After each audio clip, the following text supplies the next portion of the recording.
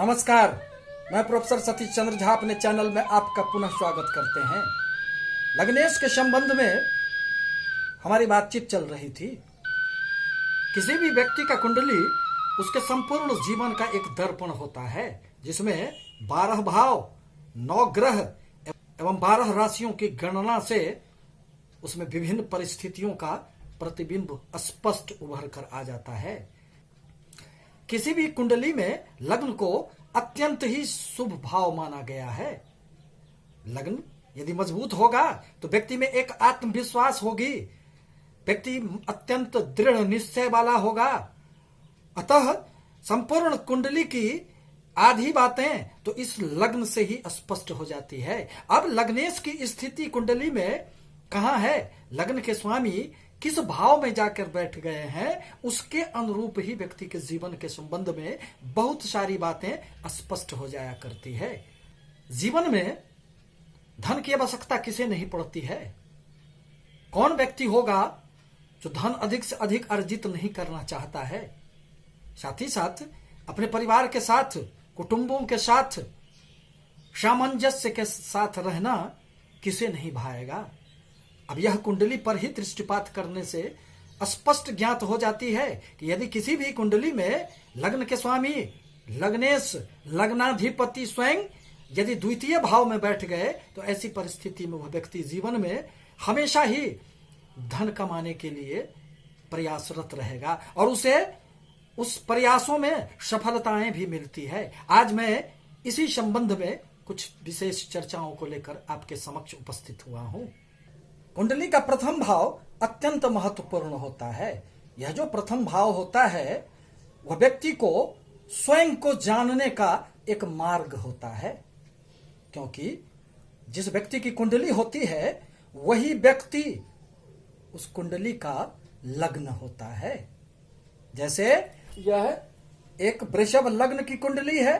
अब लग्नेश की स्थिति यदि लग्न में ही हुई तो वह अत्यंत ही शुभ प्रदायक माना जाता है।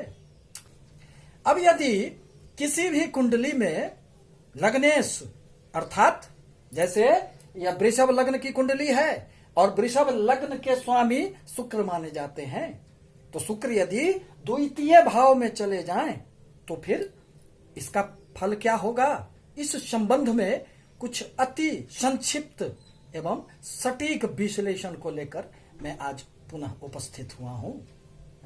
द्वितीय भाव धन, कुटुंब और वाणी का भाव होता है। यह आंख, भोजन तथा आर्थिक और आशावादी दृष्टिकोण को दर्शाने वाला होता है। आपके द्वारा अर्जित धन का यह स्पष्ट चित्र प्रस्तुत कर देता है। इस भाव को मारक भाव भी कुंडली में कहा गया है, अर्थात स्वास्थ्य से संबंधित भी कुछ बातें इसके माध्यम से ज्ञात की जा सकती है। यह भाव धन के साथ ही साथ वाणी, संगीत एवं प्रारंभिक शिक्षा का भी द्योतक होता है।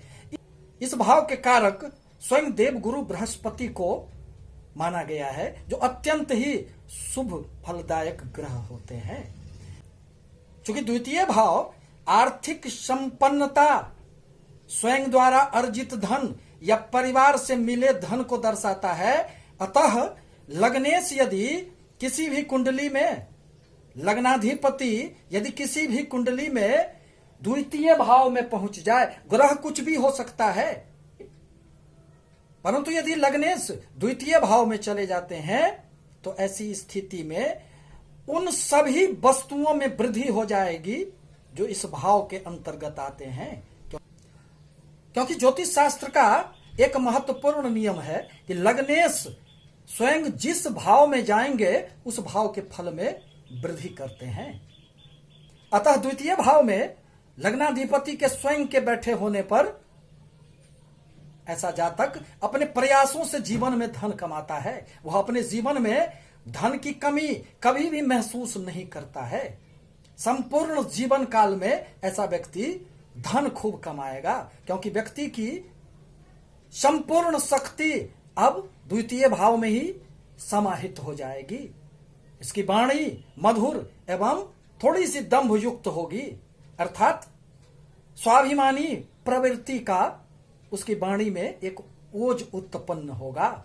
खाने पीने का शौकीन होता है, इसकी रुचि ज्योतिष अथवा मनोविज्ञान के क्षेत्र में भी हो सकती है। साथ ही साथ अपने घर परिवार एवं कुटुंब से हमेशा ही वह लगाव रखने वाला व्यक्ति होगा एवं अपनी वाणी द्वारा वह दूसरों को हमेशा ही प्रभावित करेगा। साथ ही साथ उसकी वाणी में एक आकर्षण शक्ति होगी, जिसके परिणाम स्वरूप वह कोई भी अपने कार्य में वाणी का इस्तेमाल करके सफलता हासिल करने का प्रयास करेगा। पारिवारिक जीवन में वह व्यक्ति खूब सुख एवं समृद्धि की प्राप्ति करता है। इस प्रकार कहा जा सकता है कि लग्नेश यदि द्वितीय भाव में जो धन कुटुंब वाणी के भाव होते हैं वहां पर यदि मौजूद हो गए तो ऐसी परिस्थिति में वह जीवन में व्यक्ति हमेशा ही धन के मामले में अत्यंत भाग्यशाली होगा और जीवन में उसे हमेशा ही धन के द्वारा सुखों की प्राप्ति होती है। आपसे निवेदन है कि हमारे चैनल को लाइक करें, सब्सक्राइब करें। आपकी स्नेह हमेशा ही बनी रहे।